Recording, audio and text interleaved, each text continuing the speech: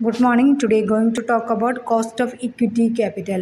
Financial management subject 7th unit ആണ് നമ്മൾ discuss ചെയ്യുന്നത്.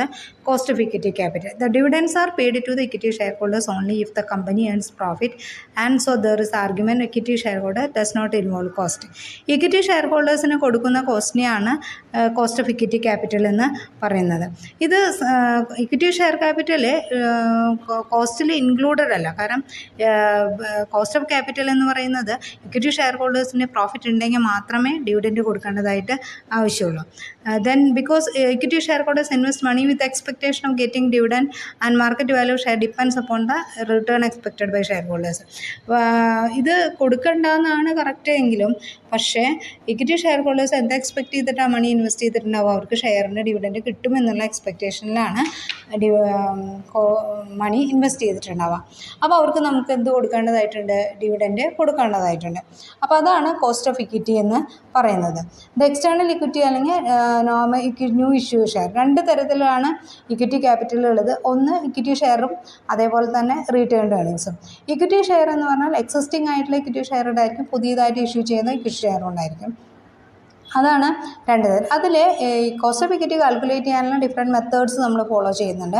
അതിൽ ഫസ്റ്റ് മെത്തേഡാണ് ഡിവിഡൻഡ് പ്രൈസ് അപ്രോച്ച് അല്ലെങ്കിൽ ഡിവിഡൻഡ് ഈൽഡ് അപ്രോച്ച് എന്ന് പറയുന്നത്. കോസ്റ്റ് ഓഫ് ഇക്വിറ്റി കാൽക്കുലേറ്റ് ചെയ്യാനുള്ള മെത്തേഡ്. ഇതിൽ നമ്മൾ ന്യൂ ഷെയർ ആണെങ്കിൽ നമ്മൾ എങ്ങനെയാണ് അത് കാൽക്കുലേറ്റ് ചെയ്യേണ്ടത് എന്ന് പറഞ്ഞാൽ KE is equal to cost of equity denote ചെയ്യുന്നത് KE ആണ്. KE is equal to D/NP into 100.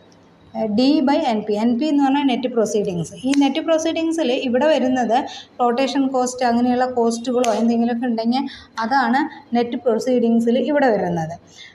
Cost of equity capital D എന്ന് പറയുന്നത് ഡിവിഡൻഡ് ഇൻറ്റു 100 കൂടി ഇട്ടാലാണ് നമുക്ക് പെർസെൻറ്റേജിൽ അത് കാൽക്കുലേറ്റ് ചെയ്യാൻ പറ്റുള്ളൂ. അപ്പോൾ D/NP ഇൻറ്റു 100 ഇട്ടാണ് നമ്മൾ നോർമലി ചെയ്യുക. ഇനി എക്സിസ്റ്റിംഗ് ഷെയർസ് ആണെങ്കിൽ, നിലവിലുള്ള ഷെയർസ് ആണെങ്കിൽ D/MP ആണ് ഇടുക. NP into 100. Market price of the equity share ആണ് MP എന്ന് പറയുന്നത്. ബാക്കിയുള്ളതൊക്കെ അതുപോലെ തന്നെ.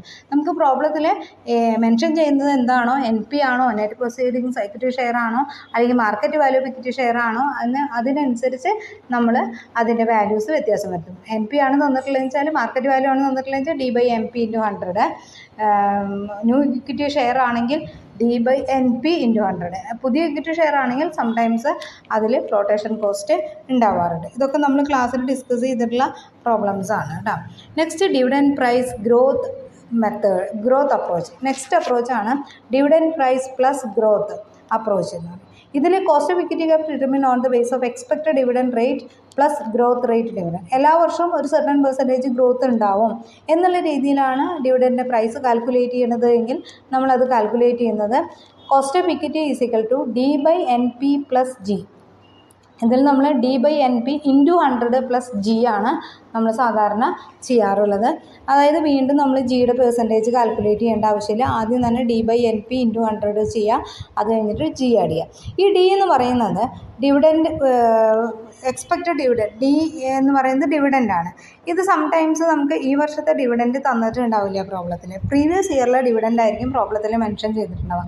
അങ്ങനെയാണെങ്കിൽ ഈ ഫോർമുലയിൽ എന്ത് വ്യത്യാസം വരുന്നത്? D1 എന്ന് പറയുന്നിടത്ത് D0 into 1 plus G by NP plus G. അതായത് D1 എന്ന് പറയുന്നതാണ് ഈ പ്രാവശ്യത്തെ എക്സ്പെക്റ്റഡ് ഡിവിഡൻഡ്. അതായത് സംടൈംസ് ഡിവിഡൻഡ് പ്രോബ്ലത്തിൽ തന്നിട്ടുണ്ടാവും, ചിലപ്പോൾ തന്നിട്ടുണ്ടാവില്ല. അങ്ങനെയാണെങ്കിൽ പ്രീവിയസ് ഇയറിലെ ഡിവിഡൻഡ് പ്രോബ്ലത്തിൽ തന്നിട്ടുണ്ടാവും. അപ്പോൾ പ്രീവിയസ് ഡിവിഡൻഡ് D0 എന്നാണ് നമ്മൾ ഡിനോട്ട് ചെയ്യുക. Into 1 plus G by NP into 100 plus G. അങ്ങനെ തന്നെയാണ് നമ്മൾ ചെയ്യുക. ഇൻറ്റു 100 ചെയ്തിട്ട് പ്ലസ് G ആഡ് ചെയ്യുകയാണ് ചെയ്യുക. അപ്പം നമുക്കിവിടെ D0 1 പ്ലസ് G ആണ് D1 എന്ന് പറയുന്നത്. അതായത് എക്സ്പെക്റ്റഡ് ഡിവിഡൻഡ് എന്ന് പറയുന്നത്. അത് പ്രോബ്ലത്തിൽ എക്സ്പെക്റ്റഡ് ഡിവിഡൻഡ് ആണ് തന്നിരിക്കണമെങ്കിൽ D/NP ഇൻറ്റു 100 പ്ലസ് G ചെയ്താൽ മതി. അതല്ല പ്രോബ്ലത്തിൽ പ്രീവിയസ് ഡിവിഡൻഡ് ആണ് തന്നിരിക്കണമെങ്കിൽ നമ്മൾ ഇങ്ങനെ കാൽക്കുലേറ്റ് ചെയ്യേണ്ടതായിട്ട് വരും. ആ D1 എന്നുള്ളിടത്ത് D0 1 പ്ലസ് G എന്ന് ചെയ്യേണ്ടതായിട്ട് വരും. ഇനി എക്സിസ്റ്റിംഗ് ഷെയർസ് ആണെങ്കിൽ അത് മാർക്കറ്റ് വാല്യൂ ആണ് തന്നിട്ടുണ്ടാവുക. D/MP ഇൻറ്റു 100 പ്ലസ് G ആണ് ചെയ്യേണ്ടി വരിക. അപ്പോൾ ഇതാണ് അതിന് മെയിനായിട്ട് വരുന്നത്. ഇനി കോസ്റ്റ് ഓഫ് ഇക്വിറ്റി ഡിവിഡൻഡ് ആണ്, മാർക്കറ്റ് പ്രൈസ് ആണ്, G എന്ന് പറയുന്നത് ഗ്രോത്ത് റേറ്റ് ആണ്. ഓക്കെ.